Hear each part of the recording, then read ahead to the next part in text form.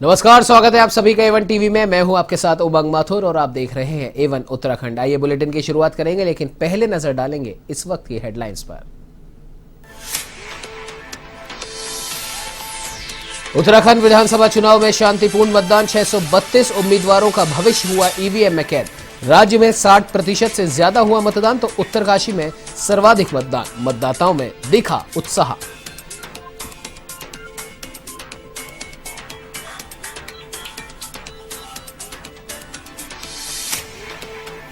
उत्तराखंड के चुनाव में मुख्यमंत्री पुष्कर सिंह धामी ने परिवार सहित डाला वोट, 60 से ज्यादा सीटें जीतने का किया दावा, कहा एक बार फिर बनाएंगे सरकार।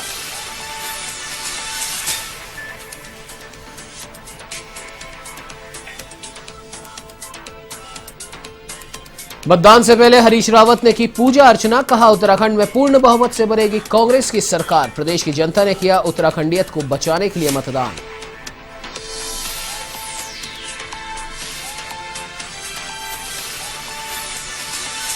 हरिद्वार में योग गुरु बाबा रामदेव और आचार्य बालकृष्ण ने किया मतदान, कहा प्रदेश और राष्ट्र हित में वोट डालना बेहद जरूरी। तो हिजाब मामले में ओवैसी पर साधा निशाना।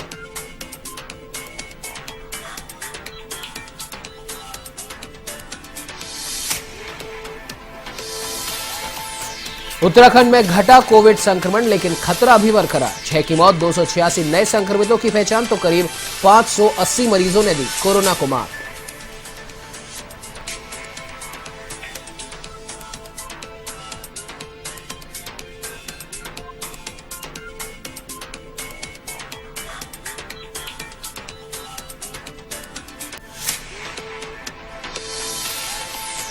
अब आइए बुलेटिन की शुरुआत करते हैं विस्तार से। आपको बता दें कि उत्तराखंड के मुख्यमंत्री और खटीमा से बीजेपी प्रत्याशी पुष्कर सिंह धामी ने अपने आवास पर विधिवत पूजा अर्चना करने के बाद अपने गृह नगला तराई खटीमा के बूथ पर पहुंचकर मतदान किया।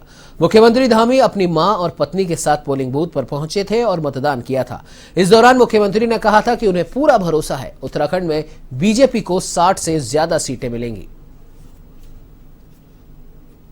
उन्होंने कहा कि हमारी सभी योजनाएं उत्तराखंड की जनता के लिए है। उत्तराखंड की जनता जानती है कौन काम करने वाला है और कौन नहीं।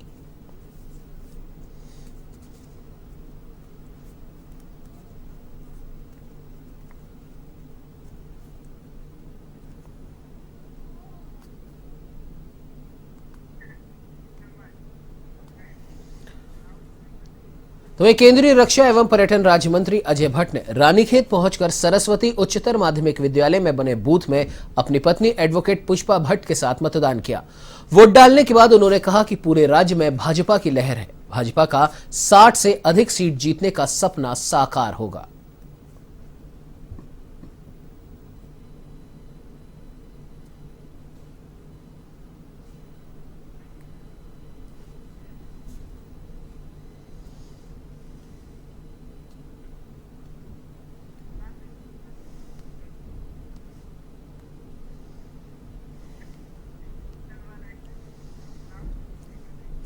तो वही धर्मनगरी हरिद्वार में योग गुरु बाबा रामदेव और आचार्य बालकृष्ण ने भी कनखल पोलिंग बूथ पर अपना मतदान किया।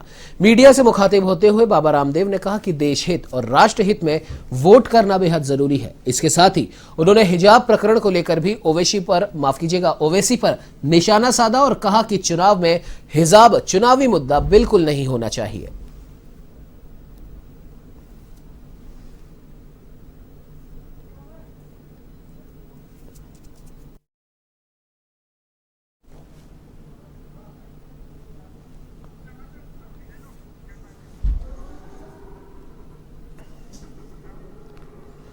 तो धर्मनगरी हरिद्वार में जूना पीठाधीश्वर अवधेशानंद गिरी महाराज ने हरिराम इंटर कॉलेज मतदान केंद्र पर वोट डाला। वोट डालने के बाद अवधेशानंद गिरी महाराज ने कहा कि भारत विश्व का सबसे बड़ा सशक्त लोकतंत्र है और हम संत सनातन धर्म का प्रतिनिधित्व करते हैं। उन्होंने कहा कि सशक्त भारत के लिए अच्छी योजनाओं के लिए अच्छे व्यक्ति का चयन होना चाहिए। यह अधिकार भारत का संविधान भारत के नागरिकों को देता है। उन्होंने यह भी कहा कि मैं सन्यासी हूं, लेकिन संविधान सर्वोपरि है।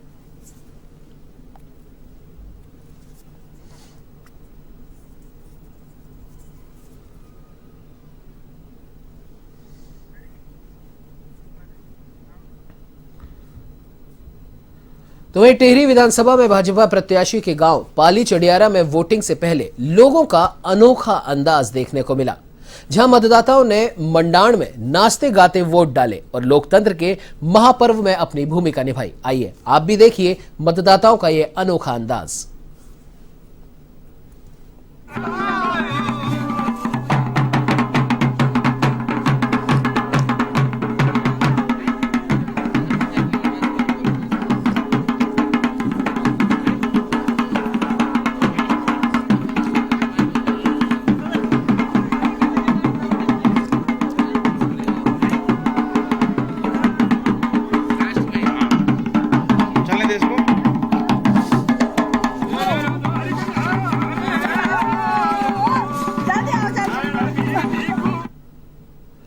तो रानीखेत विधानसभा में कांग्रेस प्रत्याशी करण महारा ने भी अपने मत का प्रयोग किया। उन्होंने कहा कि संविधान ने हम सबको अधिकार दिया है, लोकतंत्र में अपने मताधिकार का उपयोग कर हम एक योग्य उम्मीदवार का चयन करते हैं और ये भी एक त्योहार की तरह है। जैसे त्योहारों में खुशी होती है, आज भी वैसे ही खुशी हो रही है।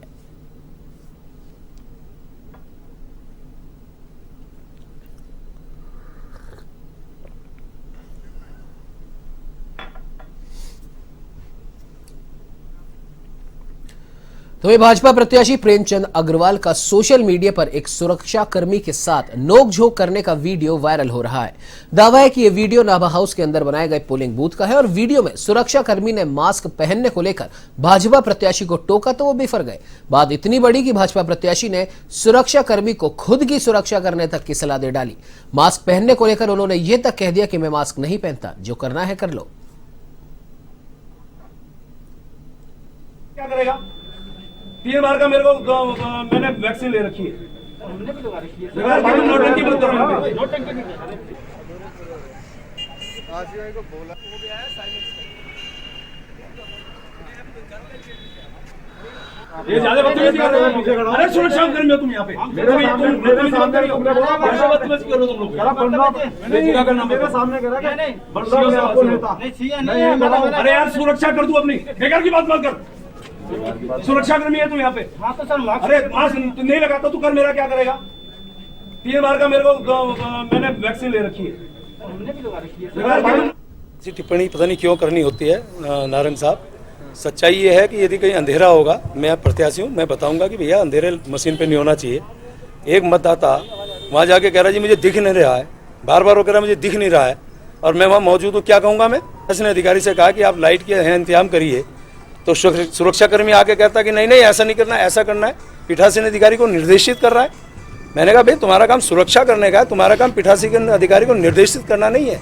और मैं आपको बता रहा हूँ नारंग साहब, विशेष रूप से आपको हमेशा पॉजिटिव विषय सबका आना चाहिए और जिस प्रकार से भारतीय जनता पार्टी के पक्ष में मतदान हो ना, शाम को रिजल्ट देखना, 10 मार्च को रिजल्ट देखना। आप नेगेटिव जितना भी 10 मार्च को रिजल्ट देखना।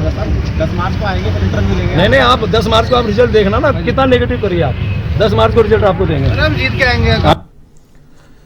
तो ये बाजपुर में ईवीएम मशीन का वीडियो बनाकर सोशल मीडिया पर वायरल करने का मामला सामने आया है, जिसके बाद चुनाव अधिकारियों में भी हड़कंप मच गया था और इसी के चलते अधिकारियों ने वीडियो की जांच शुरू कर दी है और वीडियो वायरल करने वाले व्यक्ति के खिलाफ मुकदमा दर्ज करने की कार्रवाई करने के निर्देश जारी किए।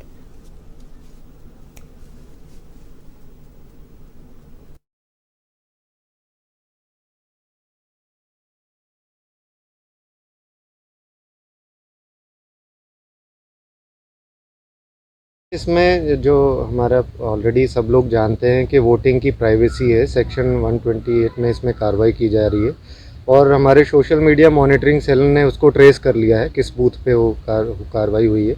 एफआईआर दर्ज करके उसको ढूंढा जा रहा है, उसको जल्दी ट्रेस करके गिरफ्तार किया जाएगा। पार्टी देखिए ये सब कोई भी पार्टी हो सकती है, लेकिन जो हमारे को मिली है सूचना, इसमें इलेक्ट्रॉनिक एविडेंस है तो उस पर कार्रवाई की जाएगी। संभवतः ये प्रचार प्रसार का एक नया तरीका ढूंढा गया है। पिछले इलेक्शन में भी ऐसी कुछ घटनाएं आई थी, तो हमने सारे समस्त बूथों को फिर से अलर्ट कर दिया है कि सख्त चेकिंग करें और बिल्कुल भी जो है कोई मोबाइल अंदर न जाने दें।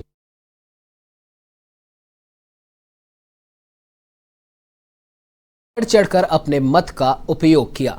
आपको जानकारी के लिए बता दें कि हाथीबढ़ कला स्थित केंद्रीय विद्यालय में जिला निर्वाचन विभाग की तरफ से स्मार्ट पोलिंग बूथ बनाया गया है, जिसमें हर प्रकार की सुविधाएं दी गई हैं। महिलाओं के लिए विशेष ख्याल रखा गया और सीनियर सिटीजन और विकलांग लोगों के लिए भी व्यवस्थाएं बनाई गई हैं।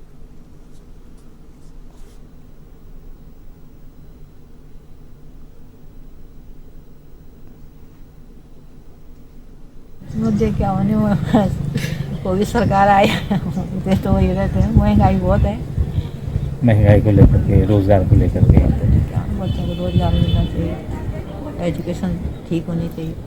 बेसिकली हम तो यही चाहेंगे कि डेवलपमेंट हो, चाहे फिर वो रोड्स की हो या फिर हेल्थ केयर फैसिलिटीज़ हो, हॉस्पिटल्स वगैरह, गवर्नमेंट हॉस्पिटल्स हो, चाहे एजुकेशन हो, स्कूल ज़्यादा से ज़्यादा बनने चाहिए, वहाँ की फैसिलिटीज़ इंप्रूव होनी चाहिए। तक हमारा 5.15% वोटिंग हो गया था। 11 बजे तक 18.89% हमारा वोटिंग हो चुका है। तो ऑल ओवर उत्तराखंड 11,697 बूथ में पीसफुली वोटिंग चल रही है और कोई अनटूवर्ड जिले के 568 बूथों पर मतदाताओं की भीड़ देखी गई। इस दौरान जिलाधिकारी ने आदर्श मतदान केंद्र कुंड में अपना मताधिकार का प्रयोग किया और जनता से अधिक मतदान करने की अपील की। तो इस जिले की ईवीएम मशीनों में दिक्कत आने से तत्काल उन्हें बदला भी गया।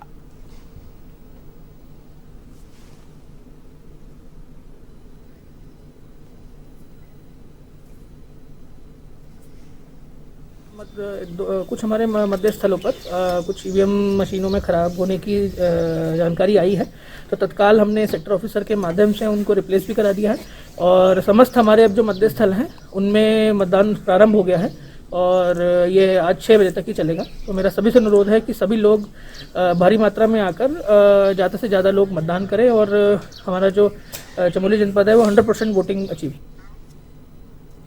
तो बाजपुर में विधानसभा चुनाव को लेकर मतदाताओं ने अपने मत का प्रयोग किया और इसी के चलते बाजपुर के राजकीय कन्या इंटर कॉलेज में मतदाताओं में मतदान को लेकर काफी उत्साह भी देखने को मिला। तो वहीं मतदान स्थल पर कोविड-19 के नियमों का भी खास ख्याल रखा गया, जहां मतदान के लिए जाने वाले मतदाताओं की थर्मल स्क्रीनिंग से जांच की गई और मतदान के लिए मतदाताओं को ग्लव्स भी उपलब्ध कराए गए। तो वहीं मतदान को शांतिपूर्ण तरीके से संपन्न कराने के लिए पुलिस प्रशासन भी मुस्तैद दिखाई दिया। आपको बता दें कि भाजपा प्रत्याशी राजेश कुमार ने सभी मतदाताओं से पहले मतदान फिर जलपान की अपील की।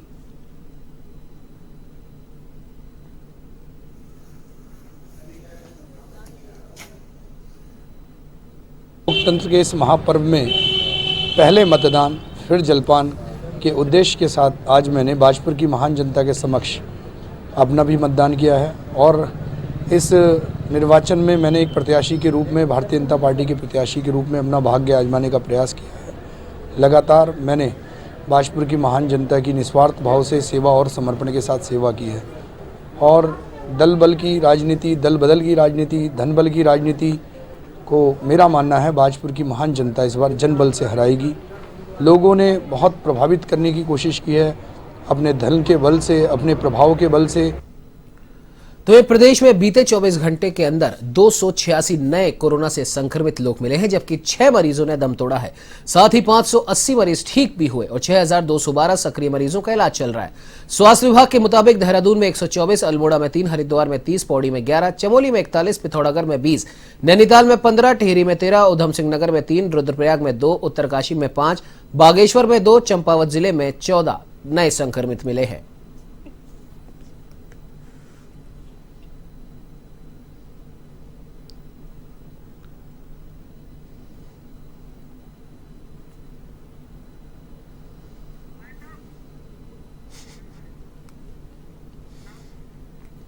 इस बुलेटिन में फिलहाल इतना ही। देश प्रदेश की तमाम बड़ी खबरों की जानकारी के लिए आप बने रहिए हमारे साथ और देखते रहिए A1 टीवी। नमस्कार।